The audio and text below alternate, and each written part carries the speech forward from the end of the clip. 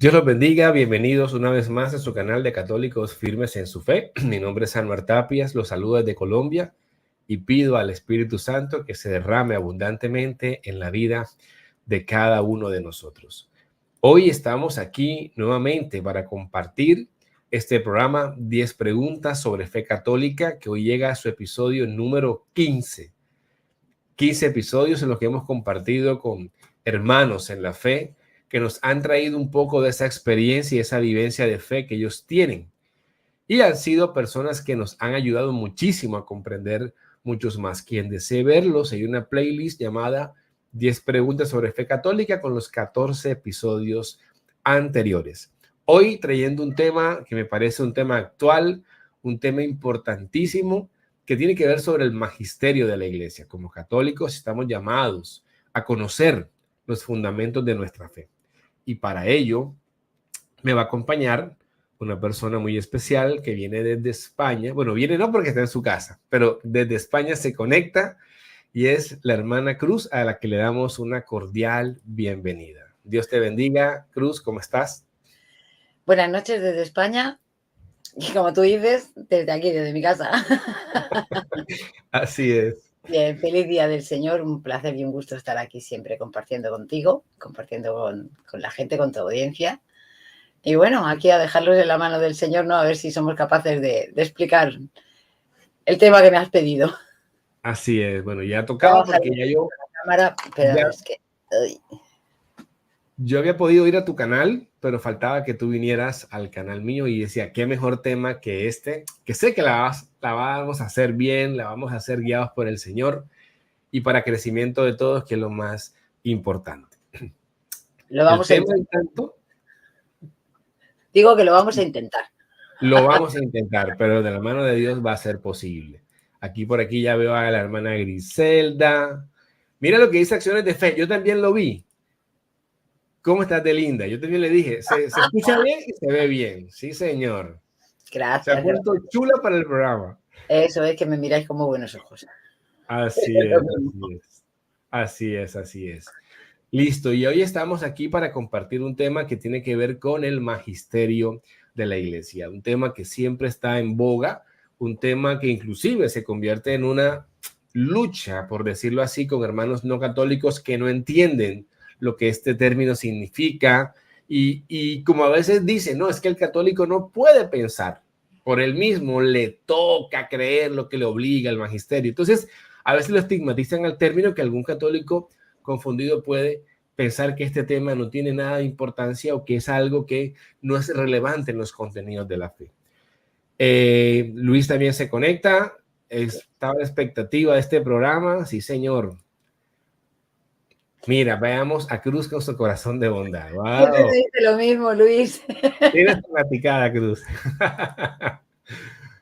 Bien, entonces vamos a iniciar con nuestras 10 preguntas sobre este tema y obviamente la primera pregunta con la que vamos nosotros a iniciar es la pregunta central.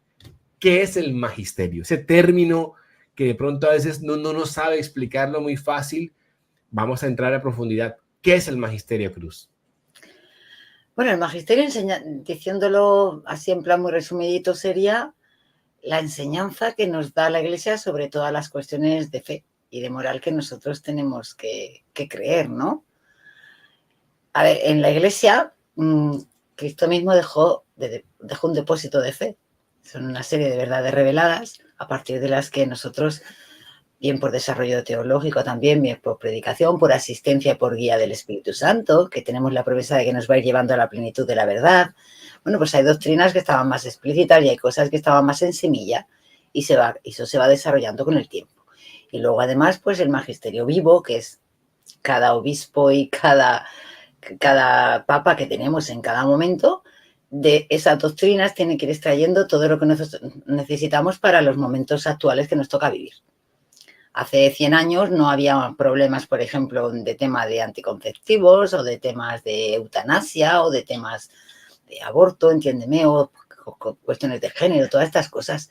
Y a mí me parece fantástico que nuestra iglesia, creo que es la única iglesia, bueno, no voy a decir creo que es la única, pero que realmente da siempre respuesta que va dando siempre respuesta a todos los nuevos retos que presentan las sociedades, ¿no? Entonces, bueno, pues como Cristo dejó esa misión, cuando él, en los apóstoles, esa misión dejó una iglesia que tenía que enseñar, y la iglesia enseña pues a través del magisterio. Sencillamente en la iglesia hay una parte que son los que enseñan y otra parte que son los que no tenemos que dejar de enseñar. Ahí quiero que precisemos algo que me parece importante. Podríamos decir que el magisterio es un oficio, es un grupo de personas o es un contenido de verdades. ¿Cómo sería mejor encuadrar el magisterio? En realidad es que las dos cosas, por eso se llama magisterio vivo, porque en sí las personas que tienen unos carismas que están dados precisamente por Cristo mismo, en su iglesia está dejada ese carisma para esa enseñanza, y que son los que tienen esa autoridad, la autoridad de interpretar las escrituras, la autoridad de ir profundizando en la revelación divina, ¿no? Y de exponer la fe sin ningún error, echando fuera las falsificaciones, los errores, de protegerla. Entonces, esos son un grupo de personas. En un inicio fueron San Pedro y el resto del grupo de apóstoles, y por sucesión apostólica, pues eso llega hasta nuestra iglesia como el Santo Padre y todos los obispos del mundo. Y de ahí entonces, siempre que estén en comunión. Lo que es muy importante en el magisterio es la comunión. Eso es lo que se basa. Sin comunión no tenemos magisterio, ¿vale? Y luego, pues esa enseñanza, depende del tipo de magisterio que estamos hablando. Muchas de ellas siempre hay muchos documentos de distintos tipos, pero también la predicación oral también es magisterio. Por eso te decía que es un poco las dos cosas. O sea, yo diría que está el oficio como tal, la acción, el ejercicio, las personas involucradas y el contenido de la fe. Yo diría que hay como tres elementos, ¿no? Contenido, personas y la acción como tal o el ejercicio mismo. Sí, la misión, el oficio, sí, podrías decirlo así. Tú dijiste algo interesante al comienzo y hablaste de verdades de fe reveladas, porque a veces la gente, o sea, yo digo que el católico sencillo, cuando por alguna situación cae en manos de un contenido no católico, le venden la idea de que la Iglesia Católica tiene una cantidad de creencias que un grupo de hombres allá escondidos en un castillo decidieron inventar. Y ¡pum! Apareció el magisterio. Y que eso es antibíblico totalmente y no tiene nada que ver con Dios. Entonces, qué importante es decir que el magisterio con lo que trabaja son con las verdades reveladas por Dios y no cualquier invento humano por ahí que totalmente. Con el depósito de la fe. Eso es a lo que se llama el depósito de la fe. Unas de esas fueron como semillas y que luego han ido floreciendo y desarrollando. Otras están muy explícitas desde el inicio en la misma Biblia, pero ese es todo el conjunto, el depósito de la fe que Dios nos revela, y que lo revela con la asistencia, por supuestísimo, del Espíritu Santo, que es el que guía a la Iglesia en este oficio, en el oficio de enseñar, y la va a guiar y la va a ir guiando a la plenitud de la verdad. Porque la Iglesia es columna de la verdad. Esa es que es una parte muy importante, porque es justamente el hecho de que sea columna de la verdad lo que hace que sea necesario que sea ella la que tenga la autoridad para poder enseñar la verdad. Mira qué interesante, Cruz, porque ahora que tú decías, hay unas verdades muy explícitas y otras en semilla. Yo me quedé pensando mientras tú hablabas, yo decía, si a mí viene un jardinero y me entrega 5 semillas diferentes y me las pone en la mano y me pregunta de qué son esas semillas, no tengo ni idea. Si me preguntan, descríbeme el árbol en el que se van a convertir, no tengo ni idea. Pero tal vez el jardinero sí lo sabe hacer. Él sí sabe decir de qué semillas son y cómo es la característica del árbol en que se convierte. Claro, y qué tierra necesita, cuánto riego le vas a poner y todas esas cosas, claro. Entonces, aquí la analogía que yo veo es interesante porque muchas veces de las cosas que más nos cuestionan del lado no católico es que intentan ver la realidad que hoy tenemos de algo y esperar encontrarlo igualito en el contenido bíblico. Pongo un ejemplo y no me voy a desviar, pero pongo un ejemplo. El papado. Entonces, si lo que hoy en el siglo XXI se visualiza del papado, no lo encuentro igualito en el texto bíblico, es falso. Y se les olvida que tenemos aquí, y recuerdo muy bien a Scott Hahn en un programa diciéndolo, que tenemos la versión hoy, que es el árbol, y la versión del texto bíblico, que es la semilla. Y tú dijiste esa analogía y me pareció interesante. Claro que sí, sí, es que además es muy lógico, porque además muchas veces no podemos mirar la historia hacia atrás con anacronismos. Si es una iglesia que está naciendo, si es una iglesia que está empezando, que ya desde el principio empieza perseguida, que se tira 300 años perseguida, las comunicaciones no son las de ahora. O sea, a ver si me entiendes, que ahora es que es bien fácil, ¿no? Antes a lo mejor podías tardar 8 meses o un año en poder desplazarte a donde tenías que ir a hacer una consulta a una autoridad de la iglesia. Entonces la iglesia, primero que era menos amplia, menos compleja, como es ahora también en su organización, porque eran menos personas. Entonces, lógicamente, la forma en la que se ejercía la autoridad no puede ser la misma del siglo XXI que la del siglo III. Eso no quita que no exista la autoridad. Esa es la diferencia. Eso no quita que no exista la autoridad, pero porque no veamos la misma forma es que, lógicamente, tampoco vamos a encontrar, si vamos allí, motos. A ver, ¿me entiendes? Vamos a encontrar un burriquito. Es que por eso muchas veces son anacronismos. Queremos... Pero bueno, ya sabemos todo por dónde va, ¿no? Y hay que estar muy atentos en el tema. Entonces, listo, este es el magisterio, es ese oficio Pero de mira, interpretar. un ejemplo, por ejemplo, un ejemplo muy fácil es que además todas las doctrinas básicas, que están incluso en el credo y todo, han tardado 2 y 3 siglos para desarrollarse teológicamente. La Santísima Trinidad, la doble naturaleza de Cristo. ¿Entiendes? Claro, el mismo credo se va al año 300 y algo para estar completo. Entonces, si eso hubiese sido tan sencillo, desde el primer día estamos hablando de la Trinidad. Y no, ha necesitado una comprensión, una iluminación por el Espíritu Santo, un desarrollo teológico hasta ser capaz de definir, aunque la idea estuviese ahí, aunque la fe y la creencia estuviese, pero hay que encontrar también luego los detalles, los matices, ¿no? Porque sí, se sabía desde el inicio, por ejemplo, que Dios era uno y trino, ¿vale? Pero ahora hay que desarrollar eso. Ahora hay que ver esas personas cómo relación tienen unas con otras, hay que ver cómo eso se define, cómo... Y claro, eso lleva su tiempo. Y la iluminación del Espíritu Santo, totalmente. Así es. Bien, entonces ya tenemos una idea de lo que es el magisterio, ese oficio de interpretar auténticamente las verdades reveladas por Dios Y de y ejercido por enseñarlas. el Papa y los obispos en comunión con él. Ahora, ¿ese magisterio tiene alguna clasificación? Se mira desde varios aspectos. El primero que podríamos mirar es el de la forma. Magisterio ordinario o magisterio extraordinario. ¿Vale? Yo creo que esos términos los hemos oído todo el mundo. El magisterio extraordinario o magisterio solemne, ¿vale? Es cuando, perdona,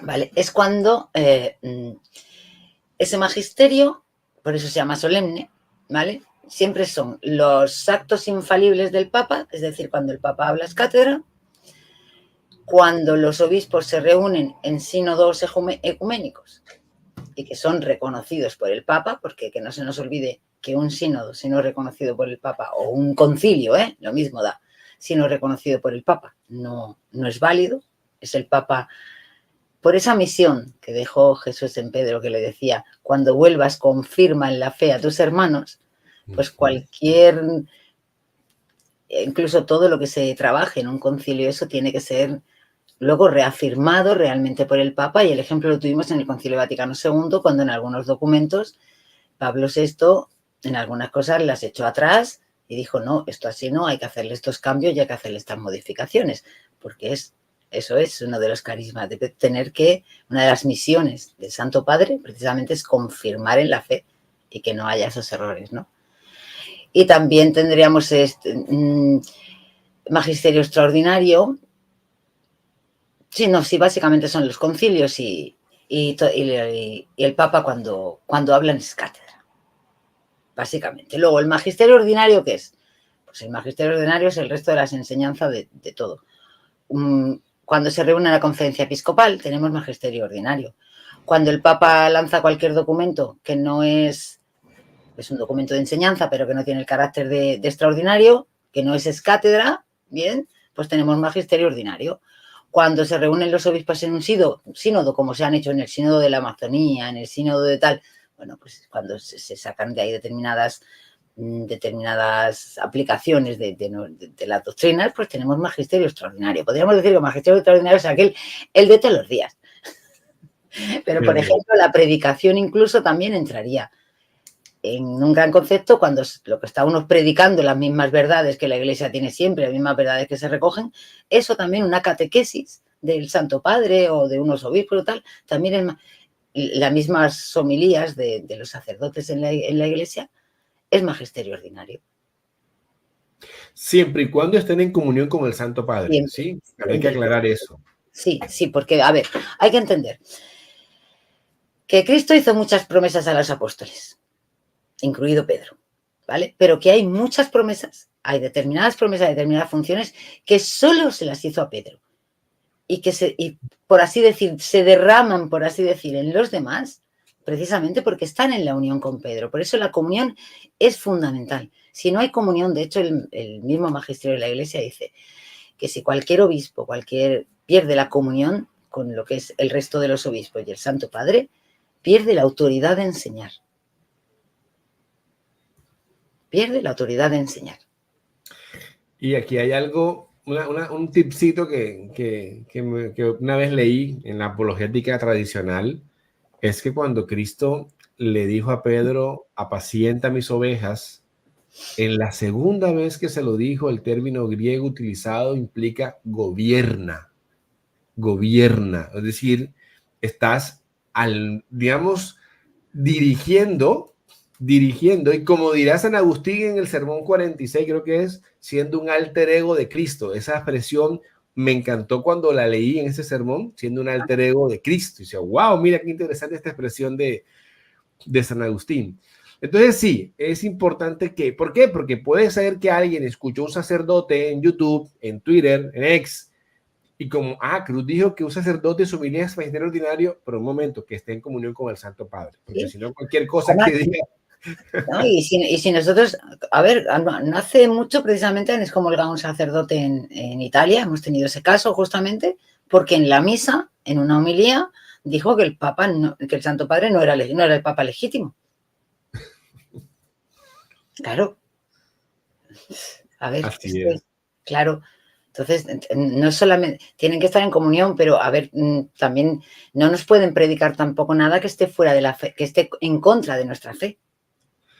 Aquí también me gustaría, ¿vale? Quiero aprovechar para hacerte una pregunta. Sí, dime. Lo que el Papa dijo recientemente en su opinión sobre lo del infierno, eso tampoco es ordinario, ¿no? Esa es una opinión que él puntualiza, ¿cierto? Él puntualizó. Este es mi parecer. No es magisterio porque no es una enseñanza que el Papa esté dando. Exacto. A él le hacen una pregunta y él además, él dice, a ver, que esto no es dogma de fe, que es mi opinión, que a mí me gustaría pensar, a mí me gusta soñar.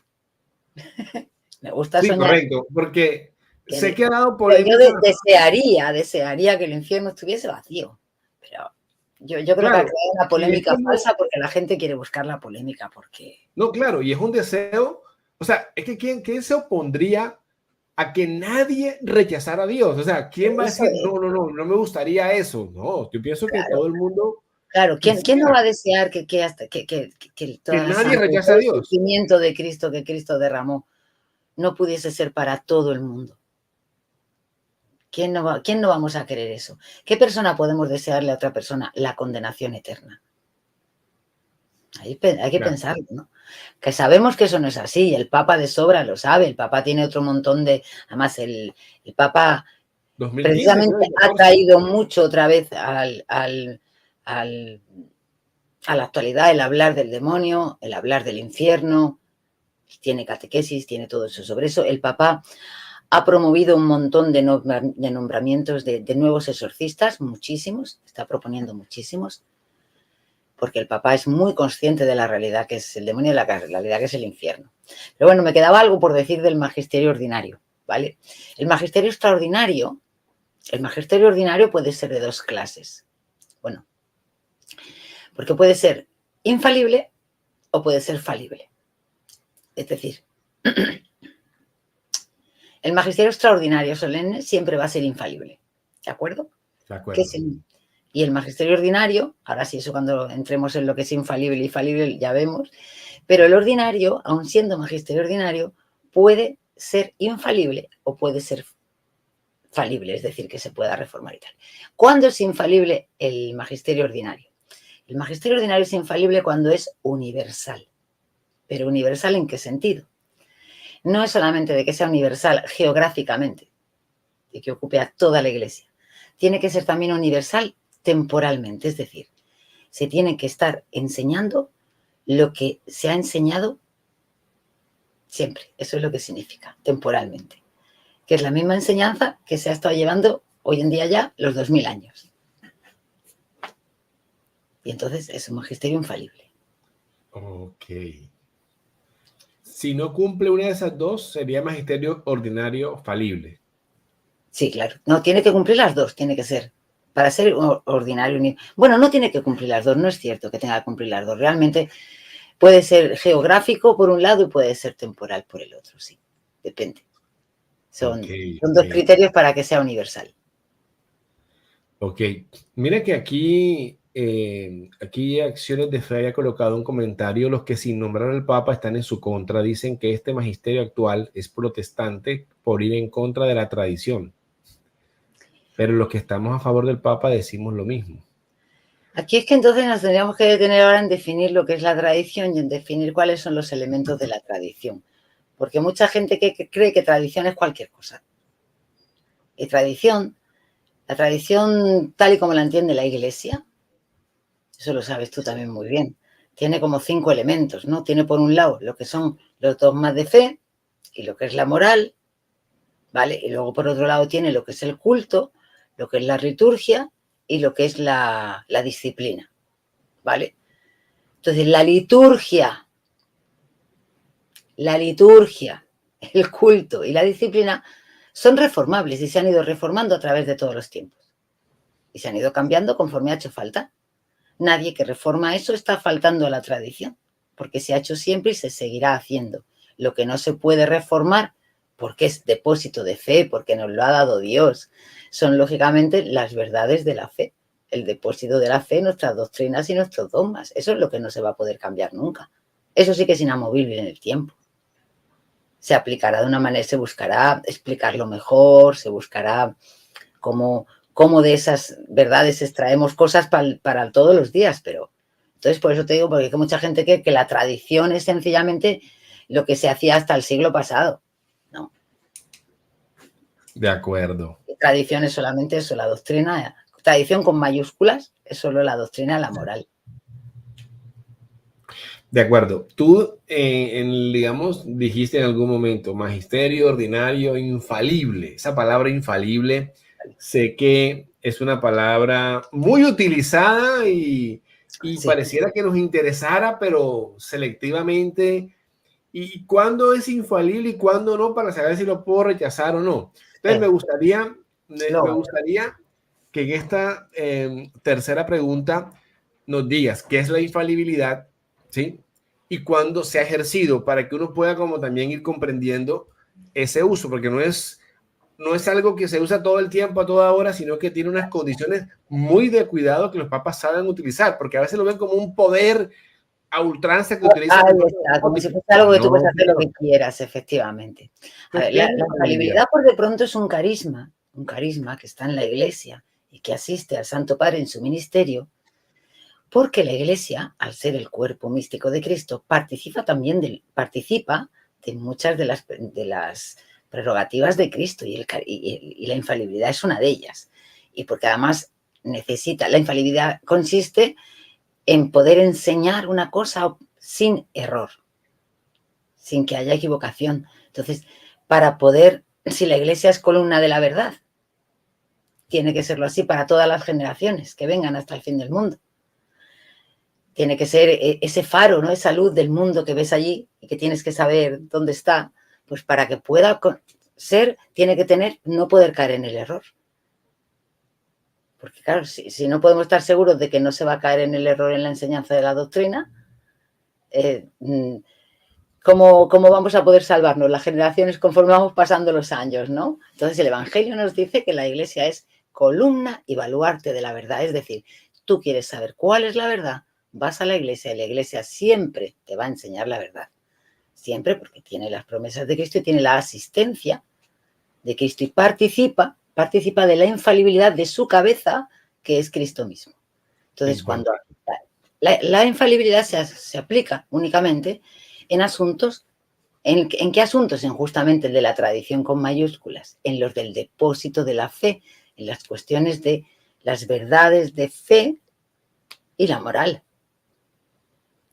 Para el resto de los temas no se aplica nunca la infalibilidad. La infalibilidad es solamente para temas de fe y de moral, o sea, de doctrina, de verdades reveladas, ya sea explícitamente o implícitamente, ¿no? Es como se aplica. Aprovechemos para saludar. Aquí está, bueno, DJ Católico también ya había llegado ahorita. DJ Católico. Leandro también llegó ya saludando. L también llegó ya. Muy bien. Entonces están aquí también nuestros amigos saludando, Titanes, Januar y Cruz. Bueno, también Marco está por acá. Bienvenido. Ah, pensaron que era en el canal de Cruz. No, hoy es en el mío. Sí, yo lo he publicado esta mañana en la pestaña de comunidad y he puesto el link y todo para que puedan venir. Lo que pasa, lo que tú dices, en muchos países es temprano, ¿no? Es temprano. Así es. Entonces la infalibilidad se basa en eso, en la garantía de que las verdades nuestras de fe no se pueden, no van a cambiarse y no se pueden equivocar. Cuando se define, se dice, esto es una verdad de fe revelada, no hay error posible. Se puede, lo que sí acepta, por ejemplo, en el magisterio infalible, se podría en un dogma adaptar la forma en que se explica, adaptar el lenguaje y adaptar la forma en que se explica. Pero el contenido del dogma, eso no puede cambiar nunca jamás. Así es. Bueno, yo no sé qué se hizo Cruz hoy, pero todo el mundo lo está viendo. ¿Qué? Es que no estoy mirando los comentarios como que siempre hago igual. Qué guapa. Luego los comentarios ya sabes. Mar dice, pero qué guapa Cruz. Ay, hijas, de verdad. Mira, que él le dice, me miráis con un cariño que es increíble. Sí, aquí están ellas saludando. Tú dijiste algo importante, Cruz, cuando se define, esa palabra es clave, porque uno puede dar una opinión sobre verdades de fe y moral, pero la opinión no es simplemente lo que garantiza la infalibilidad, sino que dijiste cuando se define. Ahora, ¿cómo sabe uno que algo se está definiendo? A ver, porque el magisterio... ejemplo, de pronto, con un ejemplo de infalibilidad, podríamos saberlo. A ver, de todas formas, el dogma de la infalibilidad papal, por ejemplo, ese dogma a esto que se definió en el 1870. En el Concilio Vaticano I. Bien. Hasta ahí no se había definido ese dogma. Ahí tenemos un dogma. Justamente ahí también aplicó el Concilio Vaticano II, define un dogma. Es decir, después de mucho tiempo, que eso no significa que se empezase a creer en ese momento, sino que precisamente son verdades creídas siempre, y que el magisterio, por lo que sea, porque el Espíritu Santo les ilumina en ese momento de que lo tienen que hacer, o por las cuestiones que sea, en el ejercicio de la o porque, por eso te iba a decir, tiene esa autoridad y dice, bueno, pues vale, esto hay que definirlo para que a partir de ahora ya se sepa y ya sea inamovible, ¿vale? Y se define, y se definió el dogma de la infalibilidad papal. Porque aquí quiero hacer una precisión, ¿vale? El magisterio en sí hemos dicho que es infalible, porque es la comunión de los obispos, el padre, cuando están reunidos en un concilio. Entonces, lo que se definió ahí fue que el Papa él solo por sí mismo, en asuntos de fe y de doctrina, tenía la posibilidad de hacer definiciones sin tener que estar consultando con el resto de los obispos, de declarar un dogma, que eso es lo que llamamos un dogma, una definición que ya no se puede, una verdad que nos viene ya no se puede. Al poco, ¿qué pasarían? 100 años a lo mejor, que pasarían hasta que se proclamó el dogma de la Inmaculada Concepción. Precisamente el dogma de la Inmaculada Concepción fue declarado ex cátedra por el Papa. ¿Qué significa ex cátedra? Es justamente la forma en la que se hace que cuando el Papa quiere definir una verdad de fe y definirla como un dogma, eso se llama ex cátedra. Eso pues bueno, cumple una serie de requisitos, lógicamente. No puede ir en contra de nada de lo que se haya enseñado jamás por la Iglesia, ni en contra de ninguna de las doctrinas de la fe. Nunca. Jamás. Sí. Siempre va en continuidad con todo lo que se ha ido aprendiendo, con todo lo que se ha enseñado siempre en la Iglesia. Y además tiene que estar definido expresamente que esa doctrina va a ser una doctrina infalible. No hace falta que aparezca la palabra ex cátedra, pero sí hace falta que aparezca que esa doctrina va a ser una doctrina que va a ser infalible.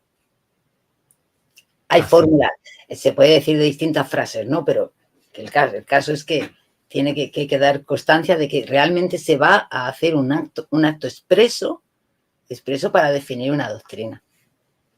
Y solo así es cuando hablamos de escátedra. Y escátedra son muy pocos. La verdad que la Asunción de la Virgen es la único en el que todo el mundo está de acuerdo que ese documento es escátedra. Pero me gustaría aprovechar para poder mostrar aquí, ya que lo busqué, el de la Inmaculada Concepción, como para que sea pedagógico, para que quede claro. La Inmaculada no es de la Ascensión. He dicho el de la Inmaculada, lo he dicho mal. Quería decir el de la Ascensión. Bueno, es igual, están los dos son escasos. Sí, aquí a la mano lo tengo para poder mostrar y que la audiencia vea que cuando se quiere definir, la Iglesia es clarísima, o sea, está claro y dice, pero ¿cómo yo sé? No, es que es clarísimo cuando la Iglesia quiere definir que un documento es ex cátedra. Entonces aquí vamos a ponerle un poco más de... Que no me acuerdo ahora en el Código de Derecho Canónico en qué canon viene los requisitos que tiene que cumplir un documento para que se considere ex cátedra. Entonces, pero aquí, si se alcanza a ver, voy a leerlo, pues en el punto 18 de la Ineffabilis Deus dice: por lo cual, después de ofrecer sin interrupción a Dios Padre por medio de su Hijo, con humildad y penitencia, nuestras privadas oraciones y las públicas de la Iglesia, para que se dignase dirigir y afianzar nuestra mente con la virtud del Espíritu Santo, implorando el auxilio de toda corte celestial e invocando con gemidos al Espíritu Paráclito e inspirándonoslo él mismo para honra de la santa e individua Trinidad, para gloria y pres de la Virgen Madre de Dios, para exaltación de la fe católica y aumento de la cristiana religión. Aquí viene lo importante: con la autoridad de nuestro Señor Jesucristo, con la de los santos apóstoles Pedro y Pablo y con la nuestra. Miren los términos que utiliza: declaramos, afirmamos y definimos que ha sido revelada por Dios y de consiguiente que debe ser creída firme y constantemente por todos los fieles. Luego ya dice la doctrina de la Inmaculada. Esa fórmula, siempre que dicen que debe ser creída firme y constantemente por todos los fieles, se está haciendo una declaración de infalibilidad. Es correcto. Se está declarando, tanto ahí como si es en un concilio, es tal, se está mostrando una enseñanza infalible.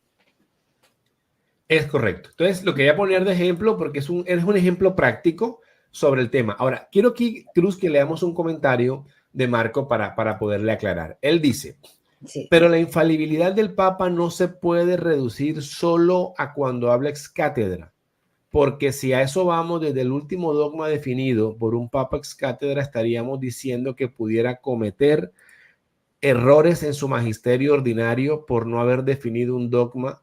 Por tanto, la infalibilidad abarca también el magisterio ordinario y del Papa, ya que en su ministerio explica las verdades de fe y los dogmas ya definidos. ¿Qué pueden decir al respecto? Ya lo has dicho tú, Marco, ya está, pásame la chuleta, que no nos ha dado tiempo, no hayamos llegado todavía, Marcos, a esa parte. Porque esa parte es importante porque se cuestiona mucho.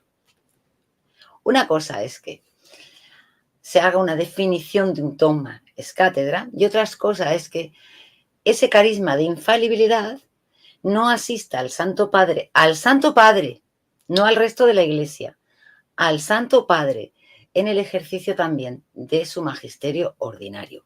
Pero, aunque asiste un carisma de infalibilidad para que no vaya al error, porque es lógico, imagínate, ¿no?, que nos pudiese llevar a enseñarnos doctrinas que fuesen erróneas.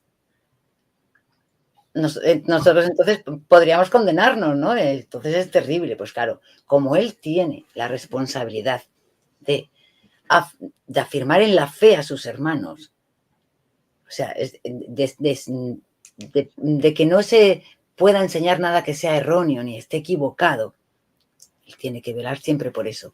Tiene un carisma especial que es de infalibilidad y que se extiende al resto de su magisterio. Entonces, hay mucha disputa porque con eso de que lo que se está enseñando no es cátedra, todo el mundo dice, pero es que no es infalible. Pero claro, hay que entender que esa infalibilidad que va a asistir al magisterio ordinario es diferente de la que va a asistir al magisterio extraordinario. ¿Por qué? Porque en el magisterio extraordinario está declarando un dogma, ¿vale? Entonces, la infalibilidad en el magisterio ordinario no se va a referir tanto a que no se puedan reformar las cosas como a que no te va a llevar a error. ¿Bien? ¿Qué quiero decir por esto? Por ejemplo, el Papa toma ahora una medida pastoral, ¿vale? Tiene su tipo, incluso porque los actos pastorales son parte también del magisterio, ¿vale? Toma una medida, pero esa se va a poder cambiar. No es una enseñanza infalible, se puede cambiar, puede haber un tiempo en el que ya no sea necesario hacer lo que se estaba haciendo, ¿no? Que las circunstancias cambien, por ejemplo, y lo que se venía haciendo ya no se haga. ¿Eso significa que había un error? No, eso es lo que significa que ahora ya no hay que hacerlo, ¿no? Entonces son cosas que se pueden redactar de otra manera, que se pueden hablar. Por eso digo que no es el mismo tipo de infalibilidad. La infalibilidad que cuida del magisterio ordinario va en el que no se caiga en error, que no se enseñen cosas erróneas para explicarnos. Pero hay mucha disputa con muchos teólogos porque evidentemente quieren reducir la infalibilidad de Santo Padre solamente a cuando habla en cátedra. Entonces no tendríamos la garantía de que tenemos un maestro que nos está enseñando la verdad, porque es el sumo maestro. Me pones esa cara que ya no sé si que no me he explicado bien. No, está perfecto. Simplemente que quiero... Porque estoy viendo esa cara que digo, pues ya no me he explicado bien. No se me ha entendido nada de lo que he dicho. No, sí, sino que quiero aprovechar para incluir esto. Mira lo que nos dice María Belén, que también llegó ya. Cruz, también me dijiste dentro del magisterio ordinario hay verdades del magisterio extraordinario. ¿Puedes profundizar en ello? Mira que yo no quería, que quería hacer una cosa fácil, ¿eh? Mira que quería hacer una cosa fácil. Vale. Nosotros podemos tener documentos del magisterio extraordinario, supongamos, una encíclica. Vamos a suponer, ¿no? Pero puede haber en algunos párrafos que como lo que se están afirmando y reafirmando son doctrinas infalibles de la Iglesia, ese párrafo se va a convertir también en enseñanza infalible. Como se están reafirmando doctrinas, como hemos dicho, que aunque no estén declaradas infalibles, lo que la Iglesia ha enseñado por 2000 años, para nosotros es magisterio extraordinario, aunque no tenga la declaración de infalible, ¿vale? Pero es magisterio extraordinario. Pues si en un párrafo estoy haciendo referencia a esas doctrinas que son de siempre en la Iglesia, ese párrafo sería de magisterio extraordinario. Es que, claro, no es lo mismo hablar de extraordinario que de infalibilidad, no es lo mismo. ¿Bien? Yo sé que a veces el magisterio es un poco complicadito, así un poquito así al empezar, pero bueno. Pero de lo que se trata es que aunque un documento sea de magisterio ordinario, puede contener declaraciones y frases que correspondan al magisterio extraordinario porque corresponden a las doctrinas que la Iglesia ha mantenido universalmente. Universalmente en el tiempo y universalmente en su geografía. ¿Vale? Cruz, pudiéramos decir esto, tú me dices si está bien. A ver. Todo lo del magisterio extraordinario es infalible, pero no todo lo del magisterio infalible es extraordinario. No, es al contrario. Bueno, es que ni siquiera tampoco. No, todo lo del magisterio extraordinario es infalible, no. No, porque justamente el magisterio extraordinario es, acuérdate, cuando el Papa habla es cátedra, cuando los obispos todos reunidos en un concilio y es aprobado por el Papa, y las doctrinas y la enseñanza que es enseñada siempre y así en todas partes por los obispos, aunque no estén declaradas infalibles. Eso es magisterio extraordinario también. Ok, ya. ¿De acuerdo? Aunque no Ya. estén recogidas como dogmas, aunque no estén, por ejemplo, a ver, nosotros tenemos uno que no esté recogido como dogma. Por ejemplo, el hecho de que el orden sacerdotal es para los varones, para los hombres. Eso no está recogido como dogma en la Iglesia. No tenemos un dogma que diga que el sacerdocio es solo para hombres. Bien, pero nosotros, la Iglesia siempre ha enseñado que el sacerdocio es solamente para hombres porque es la ordenación masculina, porque viene de que Cristo solamente escogió a hombres para ser sacerdotes. Entonces, esa enseñanza, aunque no esté declarada como dogma, para la Iglesia es infalible porque cumple los criterios de universal. Se ha enseñado en todas partes y se ha enseñado durante todo el tiempo. Chesterton decía que venía a ser como que el magisterio extraordinario, así, el magisterio extraordinario universal, que por eso se llama universal, venía a ser como una democracia en la que votaban los muertos, haciendo referencia a que todos los que estaban antes de nosotros tenían que estar de Brillante, acuerdo, brillante. con lo de ahora. Es que Chesterton era un caso. Brillante, excelente. Bueno, mira, aquí ¿Ha quedado yo creo que claro vas o a queda tener, alguna duda más? yo creo que vas a tener que hacer un programa en tu canal profundizando. Mira lo que dice Acciones de Fe. Dice, no entendí, me enredé. Así que va a tocar hacer un programa Vamos a resumir otra vez. profundizando. Magisterio extraordinario. Declaraciones es cátedra del Papa, con los concilios de los obispos, que son refundados luego por el Santo Padre, ¿vale? Y las enseñanzas que enseñan todos los obispos, todas sus diócesis, ¿vale? Por el mundo entero, que son verdades de la fe, doctrinas de la fe, que aunque no sean dogmas, las enseñamos siempre. ¿Vale? He puesto el ejemplo, por ejemplo, eso del sacerdocio, que el sacerdocio es solo masculino. Eso no está recogido como un dogma, pero es una enseñanza de siempre. Entonces eso es magisterio extraordinario. Bien. Y el magisterio ordinario es el resto del magisterio. Es el magisterio cuando los obispos están reunidos en sínodo, es la enseñanza normal de los sínodos, es la enseñanza normal del Papa, también es magisterio ordinario, son las catequesis que puede dar el Santo Padre, es cuando un sacerdote en una homilía, es cuando una conferencia episcopal emite algún documento. Eso es el magisterio ordinario, el de todos los días. El de todos los días. La predicación y todo de todos los días. Y ese puede ser infalible. Ahora, ese magisterio ordinario, por eso ahí viene un poco la complejidad, puede ser infalible o puede ser falible. Y es infalible cuando, haciendo uso de ese magisterio ordinario, ¿vale?, se enseñan verdades infalibles. Por eso sé que a veces se puede complicar un poquito la cosa. Le toca verlo otra vez el programa a Acciones de Por, Fe. por eso el magisterio ordinario universal, cuando cumple esos criterios de universal, por el hecho de ser universal en el tiempo y en la geografía, aunque no esté definido como un dogma, se vuelve infalible. Ese es el caso del magisterio ordinario, se vuelve infalible cuando es la enseñanza, cuando hemos dicho que era la enseñanza de todos los obispos. Es que me he equivocado antes, es que ese no es extraordinario, me perdonáis a mí. Esa enseñanza de todos los obispos universal es magisterio ordinario, que cuando es universal, como hemos dicho, en el tiempo y en la geografía, es cuando se vuelve infalible. Eso es lo que yo tenía claro. Sí, Sí, claro, es así que era que yo lo me he entendía. confundido yo antes al decir, me perdonáis, por favor. Me he confundido. Perfecto. Da tanto decir falible, infalible, ordinario, extraordinario, ya me... Sí, sí, y nos hemos dilatado en las preguntas. Qué interesante que las hemos profundizado. Cuarta pregunta. ¿Cuántos niveles de autoridad tiene el magisterio? Uy, bueno.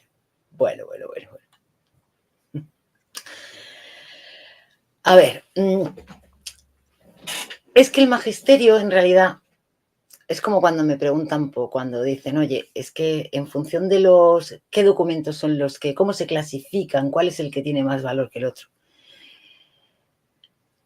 En el magisterio lo que le da importancia o lo que le da un determinado valor es justamente el contenido, lo que se está enseñando. Bien, más que la Ok. forma, más que si es una encíclica y en vez de ser una encíclica es una carta pastoral o es una... No, es el contenido de lo que se está enseñando. Entonces, para entendernos, por ejemplo, los teólogos hablan, lo habréis escuchado los protestantes, pero vais a ver que no tiene nada que ver con lo que ellos dicen. Hablan de la jerarquía de las verdades, ¿no? Bien, es que las verdades reveladas como que tienen una jerarquía. Pero claro, los protestantes dicen, para ellos, la jerarquía supone, esta es la primera, la segunda, la cuarta, la quinta, estas son las que necesito para la salvación y estas no. Bien, para un católico no tiene nada que ver con eso. Para los católicos, digamos que esa jerarquía de las verdades viene porque nosotros tenemos una verdad explícita desde el inicio en la Biblia, ¿vale? Tenemos una verdad explícita y a partir de esa verdad se van deduciendo, se van enseñando y se van otras verdades que van concatenadas con ella, ¿vale?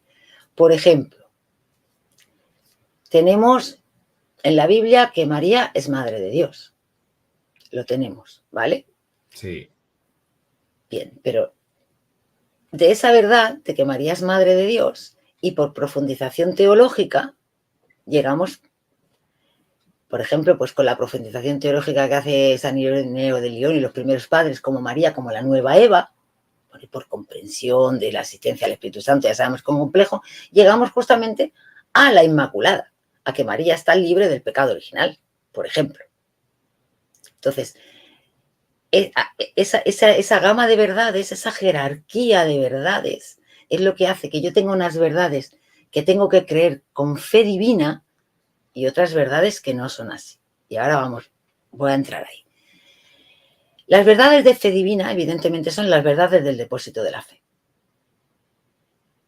Bien, esas son con fe divina. ¿Por qué? Porque proceden directamente de Dios.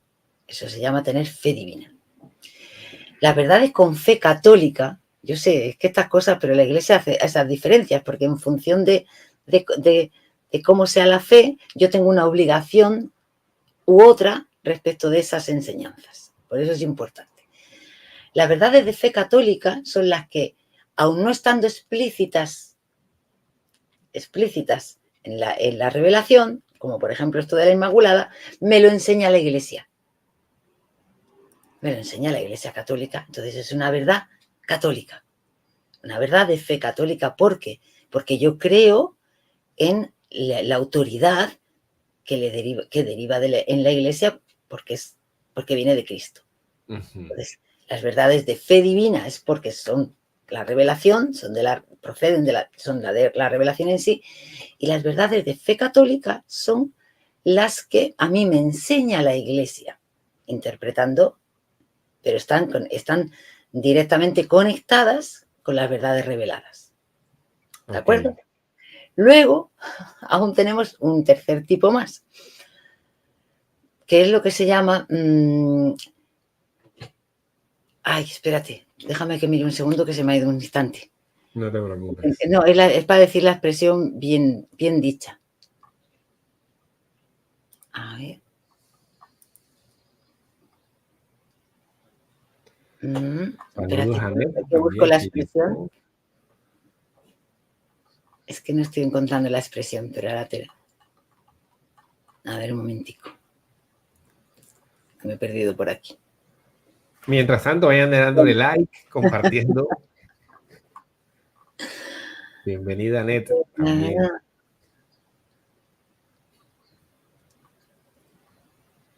Bueno, no busco la palabra, pues vale, pues otras verdades, otras doctrinas, ¿vale? Que no sean, no sé, pues tengo ahí tanto lío, no, perdonadme. De todas maneras, esto está regulado, a ver, esto se regula en el catecismo, se regula en el Código de Derecho Canónico, a partir del artículo 750 te va viniendo, te viene ese tipo de doctrinas, porque son doctrinas divinas, doctrinas católicas, que requieren un diferente tipo de asentimiento. Por eso ahí es donde viene la importancia. ¿Por qué?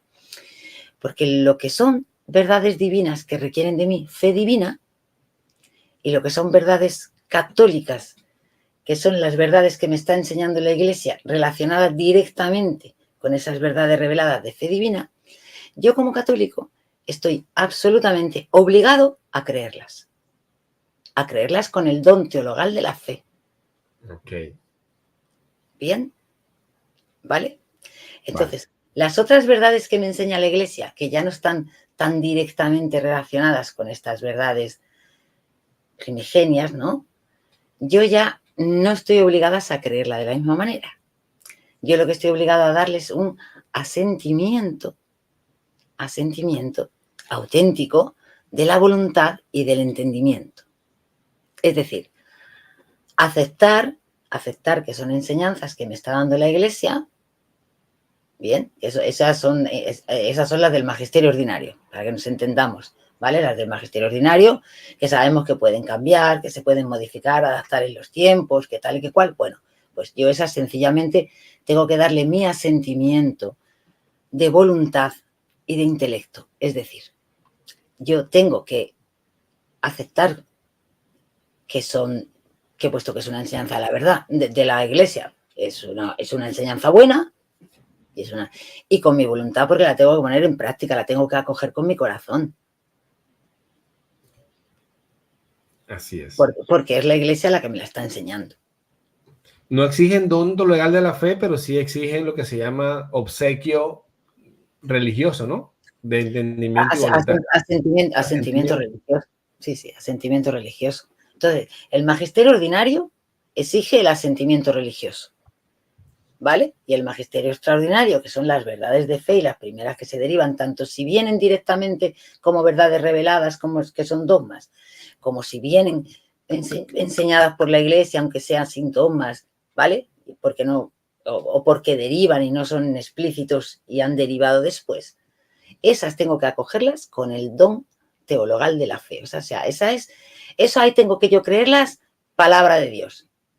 Aunque sea la Iglesia la que me lo ha dicho, aunque yo no encuentre eso en la Biblia, ¿vale? Yo tengo que creerlo como si es palabra de Dios. Esa es la diferencia de cómo me piden que crean una cosa que me piden. Por eso es lo que tú decías antes, no es que no podamos pensar ni estemos locos ni tengamos que ir así. Pero es lógico que si yo como católico sé que la Iglesia está dejada aquí por Cristo, claro, está dejada justamente para enseñarnos, que mi disposición sea aceptar la enseñanza de la Iglesia. Porque sé que en la Iglesia está la verdad. Volvemos a lo mismo. Sé que al final todos dan la vuelta en el mismo punto y sé que la Iglesia está asistida por el Espíritu Santo. Y sé que Cristo mismo está vivo en la Iglesia y que es su cabeza. O sea, no dudo. Bien, aquí aprovechemos, hay una pregunta de L, mira lo que nos dice ella. Pregunta, hola Cruz, ¿puedes aclarar? Tengo una duda con respecto al catecismo. Cuando dicen no es dogmático, sino pastoral. ¿Puedes explicar un poquito? A ver, cuando hablamos de temas dogmáticos estamos hablando de temas de doctrinas. Y cuando hablamos de temas pastorales estamos hablando de cómo llevar a la práctica esas doctrinas. Ahora bien, los actos pastorales son también parte del magisterio. ¿Por qué? Esto es como fe y obras, ¿no? Para entendernos un poco la analogía. Las doctrinas, nosotros no somos solamente escuchadores de la palabra, somos hacedores. Nosotros tenemos que llevarlas a la práctica. Tenemos que ponerlas en práctica. ¿No? La fe que nosotros tenemos y la creencia que nosotros tenemos que vivirla y llevarla a la práctica. La pastoral no puede ir sola porque tiene que estar sustentada en las doctrinas. Entonces son dos cosas que se interrelacionan, que no pueden estar la una sin la otra. Entonces, muchas veces quieren dividirnos falsamente y decir, esto es solo esto es pastoral y no. De acuerdo. Lógicamente, igual que hemos visto antes, lo pastoral requeriría de mí solamente un asentimiento religioso, que es lo que hablamos. El tener mi voluntad y mi mente dispuesta a aceptarlo y a hacerlo bien. Lo doctrinal requeriría de mí un asentimiento de fe. Ahí está un poco la diferencia. Pero al final los actos magisteriales son también parte de los actos pastorales son también parte del magisterio. Bien. De ese magisterio ordinario. Y otra, mira esta pregunta, esta pregunta, mira la que dice. A ver qué dice. Pregunta encuesta para respuesta sincera. ¿El magisterio actual está yendo en contra de la tradición? O sea que estamos sin la tercera pata del triple, debe ser. Para nada, del tripié, ¿no? Del tripié. Tripié. Del tripié. Para nada. No está yendo en nada contra la tradición, porque ya hemos dicho que la tradición, por eso antes hemos explicado lo que es la tradición, tal y como la define la Iglesia Católica. La tradición que es inamovible, la que no podemos nosotros tocar, es el depósito de la fe. Son el depósito de la fe y la moral. Son todas nuestras doctrinas de fe y moral. Eso no lo podemos tocar. Entonces no puede ir nunca contra eso. Jamás. Distinto pienso yo lo que hablamos al comienzo, que hayan voces disonantes. Eso es diferente, eso no es el magisterio. Sí, una voz disonante que rompe la comunión con el magisterio ya no es magisterio.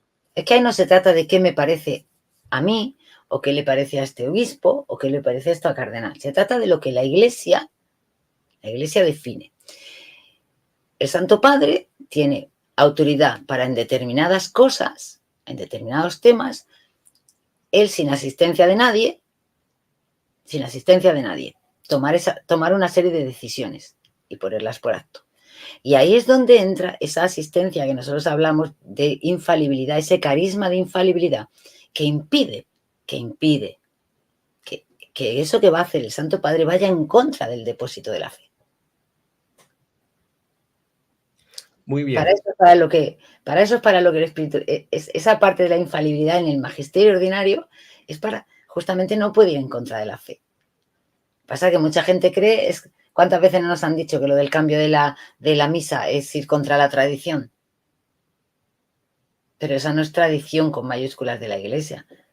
Esa es de esa tradición de minúsculas que se puede cambiar, y dicho, se ha cambiado montones de veces. Así es. Mira, yo quisiera, esto da pie a la pregunta siguiente que te tenía, porque claro, estamos en una coyuntura de mucha polarización, de voces disonantes que intentan llevar agua a su molino y hacer dudar. Dos términos que se usan muchísimo y que es importante de diferenciarlos. Disenso y objeción.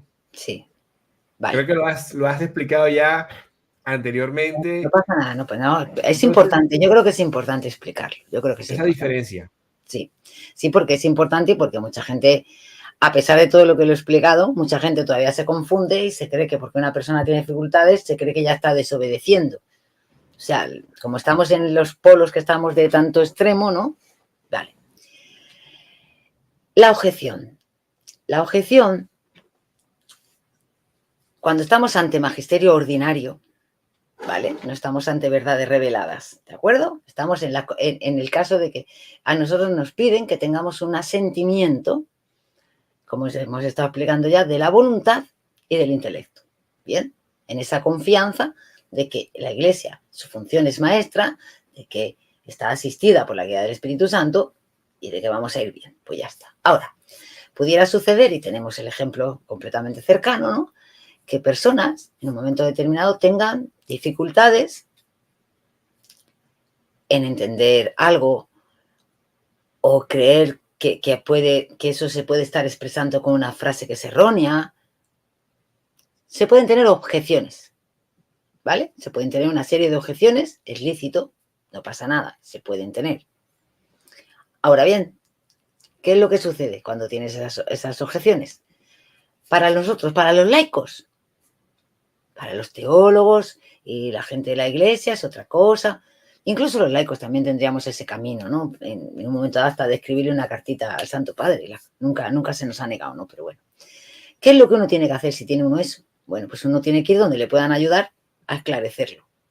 Uno tiene que dirigirse a la iglesia, al sacerdote, al catequista, al obispo, a quien haga falta hasta que se lo aclaren. ¿Entiendo? Entonces, uno tiene que lo que sí nos dice a nosotros, Dorum Veritatis, por ejemplo, que es uno de los documentos clave en esos temas, ¿no? Es que uno tiene que uno tiene que tener la disposición de superar ese problemita que tenga, ¿vale? Sea el que sea, tiene que tener la disposición de superarlo. Es decir, buscar la forma, informándose, lo que sea, de superarlo. ¿Bien? Se podría dar que hubiese algo que por lo que sea uno no llega y no puede con ello. Bien, si es solamente así de modo puntual y si eso no implica que uno no reconoce la autoridad del magisterio, ¿vale? Sino que uno entiende que es uno el que tiene un problema que no consigue, ¿vale? No está claro, y voy a ser sincera, no está claro si se podría mantener eso in eternum, ¿vale? Pero bueno, internamente no está claro, es que no lo llega a definir los teólogos y todo, no se han puesto todavía de acuerdo en si esa objeción tú la vas a mantener por el resto de la vida. ¿Me explico? Pero bueno, digamos que porque tengas esa objeción solo, aunque tú la tuvieses el resto de tu vida, como tú sigues reconociendo la autoridad del magisterio, lo único que tú lo que no tienes es que la tienes que guardar interna. No puedes estar exponiéndola a todo el mundo y no se puede estar exponiendo públicamente, ¿vale? Todas esas cosas. Eso también lo dice la Iglesia. Pero que lo que tú tienes que hacer es intentar superarla siempre, ¿de acuerdo? Ahora, claro, si hoy es una, mañana son 2, en el próximo documento son 3, al siguiente son 4, ya no estamos hablando de lo mismo. Por eso digo que es una en un momento puntual, que eso, bueno, pues en un momento dado nos puede pasar a todos, ¿no? Y la Iglesia dice, pues, que uno, pues, si a pesar de todo no la puede superar, bueno, pues ya está, pues que se quede en oración, en silencio, acogiéndose a la misericordia de Dios y ya está, ¿no? Pero sobre todo importante que no se rechace la autoridad del magisterio, ¿de acuerdo? Ahora bien, ¿qué sucede cuando en vez de tener una cosa que es puntual, de algo concreto, que tengo una dificultad concreta? Yo lo que pasa es que tengo siempre las dificultades. O sea, no hay ningún documento que me parece bien. No hay nada que yo quiero obedecer y lo que empieza siendo una duda constante sobre la actividad del magisterio acaba convirtiéndose en una oposición frontal. No lo tengo que obedecer, no lo voy a obedecer, no tiene autoridad para obligarme a mí, el magisterio se equivoca. Cuando esto es constante y esto es de frente, es lo que se llama el disenso. Y ahí ya estamos con otro problema diferente y mayor, ¿vale? Porque ahí lo que no estamos reconociendo es la autoridad de la Iglesia. Claro. Yo quisiera... Lo desmenuzamos despacito lo que haga falta, dime. Yo quisiera poner un ejemplo y tú me dices si te parece. Sí. Cuando Jesucristo en la última cena le fue a lavar los pies a Pedro y Pedro se opuso, sería una objeción. Escúchame la analogía completa. Sí, es una analogía buena. Pero cuando Pedro negó a Jesús, eso es un disenso, porque se fue de frente contra él. ¿Qué opinas si decimos que para que alguien diferencie el ejemplo, ¿no? En el momento en que Cristo le dijo, Si no te lavo los pies, no tienes nada que ver conmigo, ya le explica, no, tranquilo, entonces lávame todo. La objeción quedó resuelta. Lávame todo, ¿no? Quedó resuelta la objeción puntual que tenía Pedro, pero ya aquí 3 veces, no fue una, fueron 2, fueron 3 veces. Sí, O sea, bueno, como eso por fue. especie de analogía, simplemente. Sí, sí, la analogía ya te entiendo porque, claro, ahí tenían que ver otras cosas, pero bueno, pero sí, lo que pasa, aquí lo importante es que el punto está, porque claro, Pedro no dejaba de reconocer la autoridad de Jesús, por eso te decía que la analogía, aunque uno la quiera poner, pero porque aquí el punto está que yo decido no obedecer el magisterio, decido que el magisterio no tiene ya autoridad, porque ya es que el magisterio no se equivoca, porque esto va contra esto va, yo, mi juicio personal, el mío, lo pongo por encima del juicio de la Iglesia. Y la Iglesia me está diciendo, esto no va contra la doctrina, pero yo sigo diciendo que esto va contra la doctrina y no lo acepto. Y no tengo intención de aceptarlo. Y eso es constante en el tiempo. Y además eso normalmente, y si hacemos así, miramos así, pensamos en X personas, nos damos cuenta de que eso no pasa solo con uno, porque cuando eso ya sí pasa con uno, ahí sí que es verdad que cuando les pasa la primera vez, que ya de primera vez rechazas de plano lo que es la autoridad que pueda tener la Iglesia sobre eso, a ella sí que vas una detrás de otra, como lo estamos viendo, como lo vemos. Vemos X personas que es constante. Todo, cualquier cosa que sale del Papa, cualquier cosa que sale de la Iglesia, cualquier cosa de eso, es no. Entonces, esa oposición frontal, esa crítica además constante, ese no reconocer la autoridad de la Iglesia, porque lo que se está haciendo es no reconocer la autoridad que tiene la Iglesia para enseñarte, es lo que se llama disenso. Y ahí hay que tener cuidado, porque ahí ya se está pecando grave, porque el hecho de no reconocer, no es, porque se juntan varias cosas, porque tú no estás reconociendo una autoridad que viene instituida directamente por Dios y que estamos obligados, y nosotros nuestra profesión de fe la acogemos, porque estás pecando de soberbia, porque tu juicio lo estás poniendo por encima del juicio de la Iglesia. Te estás estableciendo tú como el magisterio propio. ¿Sabes qué? Eso me recuerda que creo que fue San Pío X cuando hablaba de los pecados contra el Espíritu Santo, y él lo dividía en 6. Él decía que un pecado contra el Espíritu Santo era, como sé más de la Iglesia, yo no la necesito. Aquí va mucho de la mano, porque dicen, yo sé más que la Iglesia, yo sé más que el magisterio, yo estoy por encima. Entonces es peligroso eso. Y la parte más grave de este pecado es que rompes la comunión. Rompes la comunión con el resto de tus hermanos. Y eso aunque nos lleva... no llegues ni a rechazar al Papa, aunque lo que estés rechazando sea solamente todo el magisterio, la enseñanza que viene de la Iglesia, ¿vale? Rompes la comunión.